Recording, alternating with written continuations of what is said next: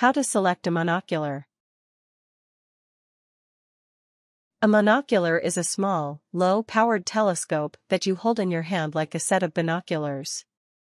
Using one eye, you can see through a monocular and look at faraway objects when you are hunting, camping, or watching sporting events.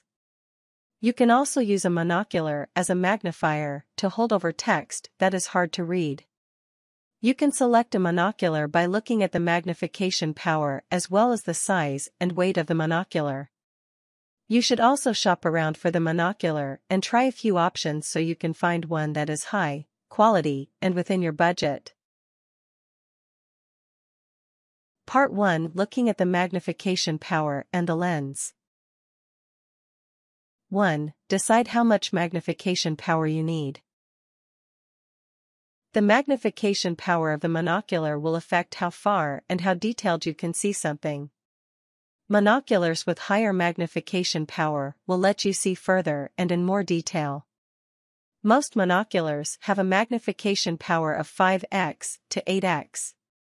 Though higher magnification can seem like a better option, it will be harder to use the instrument at higher magnifications, as small movements make the image jump more at higher magnifications. If you are looking for an easy-to-use monocular with decent magnification, you may opt for a 5x, 6x, or 8x one.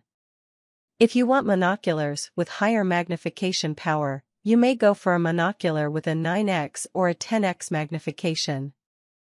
You may opt for higher magnification power if you are experienced with using binoculars, spotting scopes, and monoculars. Keep in mind that as the magnification power gets higher, your field of view goes down. So you may opt for a monocular with lower magnification power if you want a wide field of view. 2. Determine the lens size. You should also consider your ideal lens size, as a bigger lens will allow you to see a wider view and get a better, brighter image.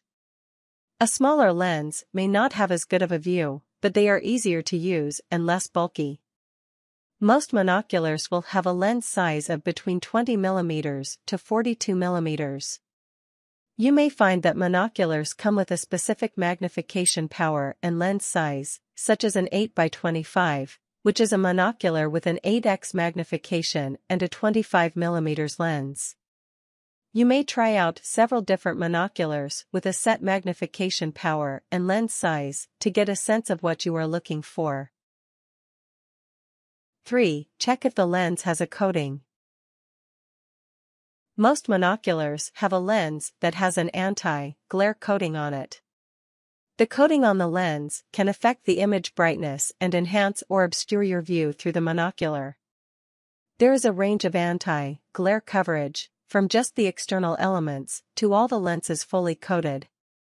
The best, and most expensive, option is fully multi-coated, which means all sides of all the lenses have multiple layers of anti-glare coatings, so your view is not obscured. Other options are coated. The lowest quality should be used only in non-direct light. Fully coated lenses are coated with a single material and may still be affected by glare and sunlight, and multi-coated lenses are layered with multiple anti-glare coats, though the coating is not of the same quality as fully multi-coated lenses. 4. Test out the close focus on the monocular. You should also look at the close focus capabilities on the monocular. The close focus is the distance at which the monocular will focus on an object. Close focus may be measured in inches, rather than yards. If you want to view objects in detail when they are a few feet away from you, you may opt for a monocular with a high close focus. A monocular with a high close focus will allow you to view objects at a distance in detail. 5. Consider the eye relief distance on the monocular. Eye relief is the space between your eye and the eyepiece on the monocular. It is measured in millimeters and will affect how far you can see through the scope of the monocular. If you wear glasses, you will need an eye relief of at least 14 millimeters. If you do not wear glasses, you may not need a large eye relief. 6. Consider the prism. Monoculars use both lenses and prisms to refract light and make distant images appear magnified. Monoculars usually use a roof prism or Porro prism. The type of prism used will usually depend on the magnification level of the monocular.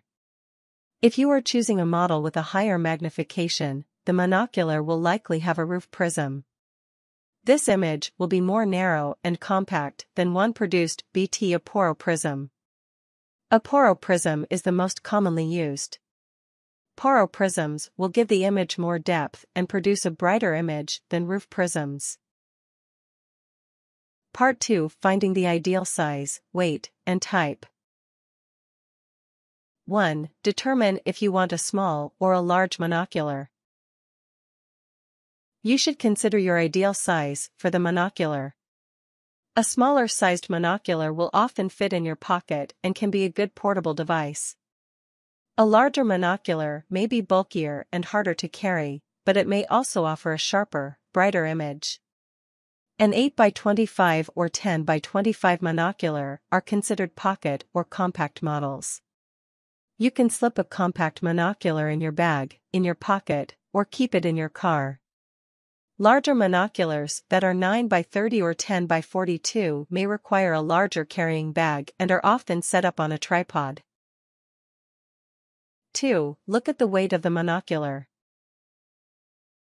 Think about how often you are planning to use the monocular and in what ways. If you want a monocular that is lightweight and easy to carry with you on hikes or walks, you may opt for a smaller, lightweight model. If you do not mind a heavier monocular that you need to transport in a carrying bag, you may opt for a larger monocular model. You may try several different sized monoculars to get a sense of their weight and girth. If you are planning to carry the monocular around with you often, you may not want to get a model that is too heavy or bulky. 3. Consider if you will use the monocular in the dark or around water. If you are planning to use the monocular at night, you may opt for a model that has night vision. Night vision monoculars have a built-in illuminator that allows you to see through them at night. These models also have a lower magnification, so the image is less fuzzy or obscured at night. If you are planning to use the monocular around water, such as when you are boating or fishing, you may want a model that's waterproof. Waterproof monoculars can be more expensive, so you may not go for this feature unless you know you are going to use the device near water. Part 3: Shopping for a monocular. 1. Compare monoculars by price. When you shop for a monocular, you should look online at several models and brands to compare their prices.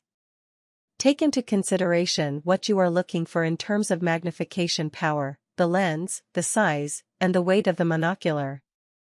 Try to compare several retailers online as well so you can get the best price for the monocular model you want. You may also visit several retailers and compare prices that way.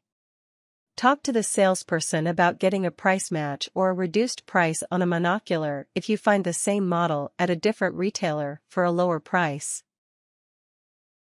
2. Try out the monocular before you buy it. You should go in person to several retailers and try the monoculars yourself before you buy one. Hold the monocular in your hand to feel its weight and size. Slip it in your pocket and see how comfortable it feels. Put the monocular to your eye to make sure the eye relief is a fit for you. You may try out several different models to get a sense of what will suit your needs. Do not be afraid to ask a salesperson to let you hold the monocular and try it out in the store. Notice the magnification power and the lens on the monocular. Make sure it is a good fit for you. 3. Get a warranty for the monocular. Once you decide to buy a monocular, you should speak to the salesperson about getting a warranty for the product. In general, monoculars are often more expensive and may come with a warranty to ensure the product works well. Having a warranty for the monocular will make it easier for you to return it if there is an issue and give you some assurance that the manufacturer stands by their product.